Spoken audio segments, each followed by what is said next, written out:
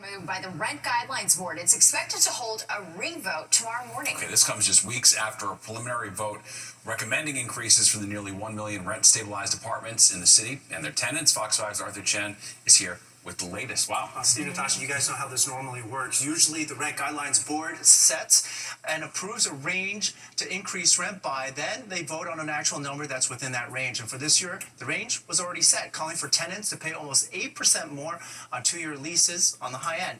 But after pushback, the board is now going to re-vote on that range tomorrow morning, possibly bringing it down. About 2.5 million New Yorkers live in rent-stabilized apartments, of which there are about 1 million in New York City.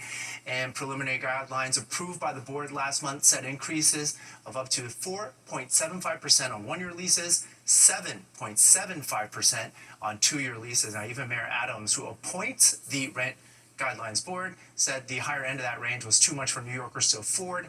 And the board itself found landlords' incomes are up 12%.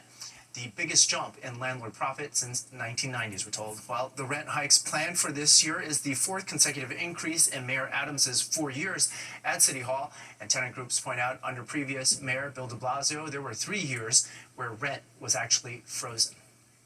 People are being forced to choose between rent and food, rent and childcare. And we all know that when our rent goes up, that doesn't mean that the repairs get done.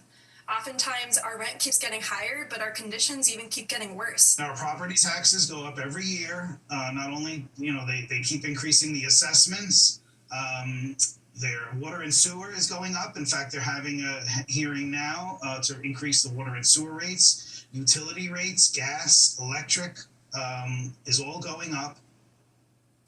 Well, this revote on the range increases will happen tomorrow morning at 22 Reed Street in Lower Manhattan. And then on June 25th is when the Rent Stabilization Board is expected to cast its final vote on rent increases. But everybody knows it's going up. It's just not much, though. It does matter. That's for sure. All right, Arthur, we appreciate it. Thanks. Well, turning back to Memorial Day weekend, and it means big money down the shore. So how are business owners on the boardwalk feeling as summer unofficially kicks off? We're going to ask them next.